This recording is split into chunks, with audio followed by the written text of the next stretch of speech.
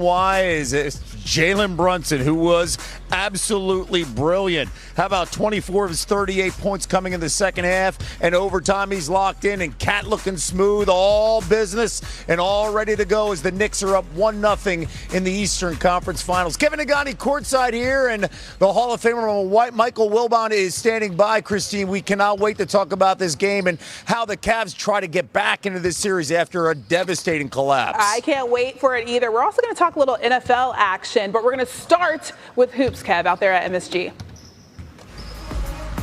And let's talk about what the Cavs did and what they didn't do, and that was play offense or defense in the final 7:40 when they had a 22-point lead in the fourth quarter. They were outscored 44-11 the rest of the way, and the Knicks, they went on a 14-3 run in overtime, second largest fourth quarter comeback in the postseason over the last 30 seasons. And as promised, that is the Hall of Famer Michael Wilbon joining us now. And let's talk about Jalen Brunson because, again, 38 points. He was brilliant in the second half when they needed him the most, finding the isolations, looking for James Harden, and then delivering on that shot. How do you top that, especially what he's done so far during this postseason? You know what, Kevin, we've gotten to the point now where we think there are encores all the time for Jalen Brunson. Look, I've been following him as a Chicago native, and Jalen's from Chicago. Watching him in high school and in Villanova, he goes and wins a championship. He comes into the league as a second-round draft pick.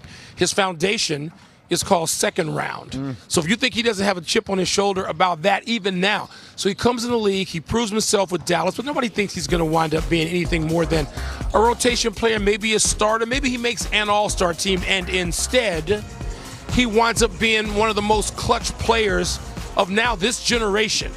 A guy who's capable at 6'1", of leading a team to the NBA Finals, and it's work. He always says the magic is in the work. That's his mantra, and he means it. I mean, look, every player in this league is familiar with work, but Jalen's is obsessive.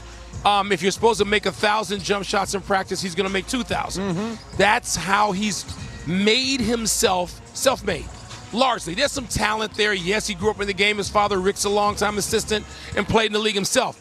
But he made himself this guy. And the Knicks, I don't even know if the Knicks knew what they were getting when they got him, but they're certainly grateful they have him. They got a guy who's not afraid of the moment, averaging 26 points in this postseason, by the way. Okay, you have covered many series. Maybe too many. In your career. You have seen collapses before. But what we saw 2 nights ago on this floor, up by 22 points with 7:40 to go, how do the Cavs recover, not so much just for the series, but for tonight? Kevin, they have, first of all, the psychological work that had to go on, in the 48 hours since. We've heard a lot of conversation about what was said about James Harden and to James Harden by the head coach and the full staff. But look, they've got something to recover from that's very difficult because they're not at home doing this. They're on the road. It was a complete and utter collapse, historic in terms of there's never been one like it in terms of the way that play-by-play era is measured since 1970.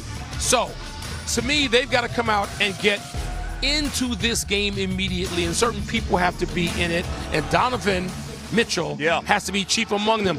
Late in the game, he was so strangely inactive, just sort of walking up the right side of the floor while James Harden dribbled up the left side of the floor, that a lot of us thought he was injured, right? He wasn't. Apparently, we have heard nothing about that since. Donovan Mitchell's a guy who can put up 50 in playoff games. We've seen him do it. So guess what? I'm not saying he needs to have 50, but he's got to be active and involved. And speaking of Jalen Brunson, they have to hunt Jalen Brunson a bit. That has happened. We've seen that. Atlanta had a little bit of success with that early in the playoffs. So the Cleveland Cavaliers are going to have to perhaps borrow a page from that. And Donovan Mitchell would seem to be the guy who has to be on the long end of it. Okay, let's continue the conversation. Let's talk about the Western Conference Finals and what we saw last night. The Thunder, they even up the series. Game 3 goes to San Antonio tomorrow night. Victor Wembanyama held. I'm just going to say held to 21 and 17. What do you expect to see from him? Because we saw the physicality come out from the Thunder, a completely different game plan with Hartenstein up against Wembanyama in Game 2. Victor Wembanyama is so charismatic, right?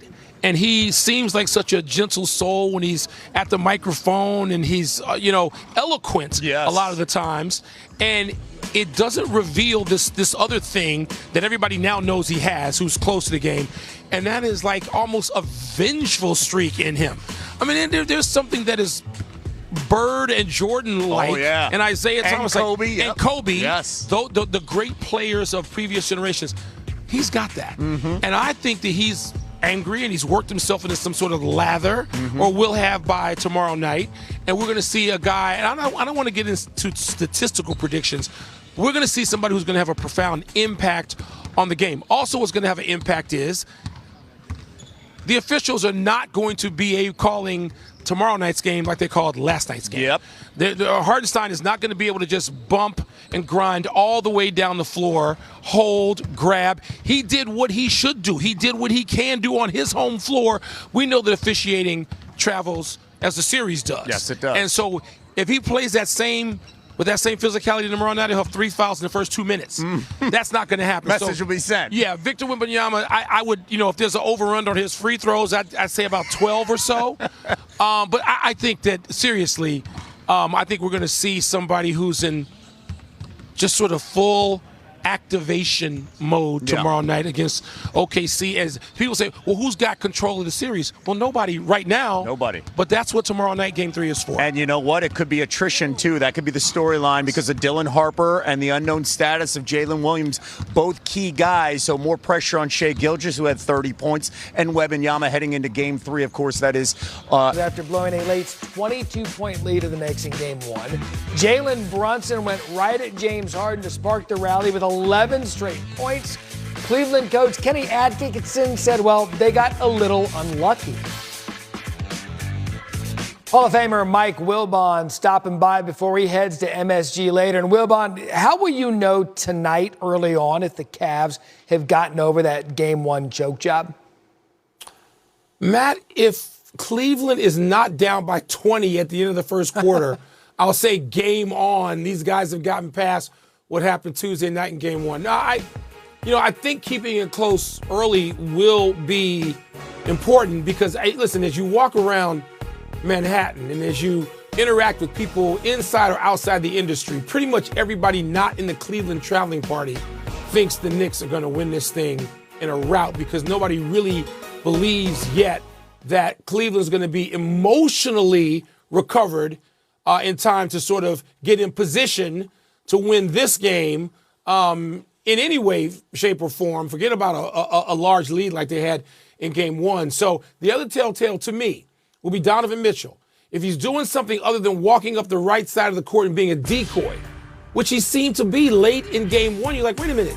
Here's a guy who can score 50 in a playoff game. We've seen him do it.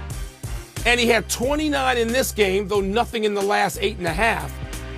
Donovan Mitchell, where is he and what's going on? Because he ought to be instrumental in doing some of the things that if you think you're going to exploit the Knicks, you might go at Mr. Brunson instead of just let him come at you.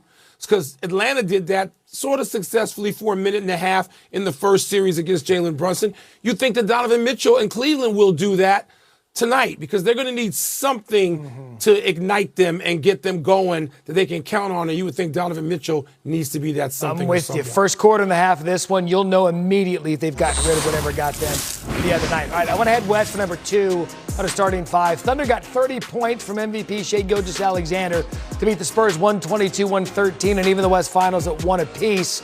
Not all good news, though. OKC forward Jalen Williams re-injured the hamstring, but the Spurs lost guard Dylan Harper to a hamstring injury early as well. So the rookie out of Rutgers made a huge impact, just the third player aged 20 or younger in NBA history to have 150 points, 20 steals in a postseason, joining Magic and Jason Tatum. San Antonio 9-4 this regular season without Harper in the lineup. So we knew this was going to be a heavyweight fight. I cannot wait to see what happens in this series.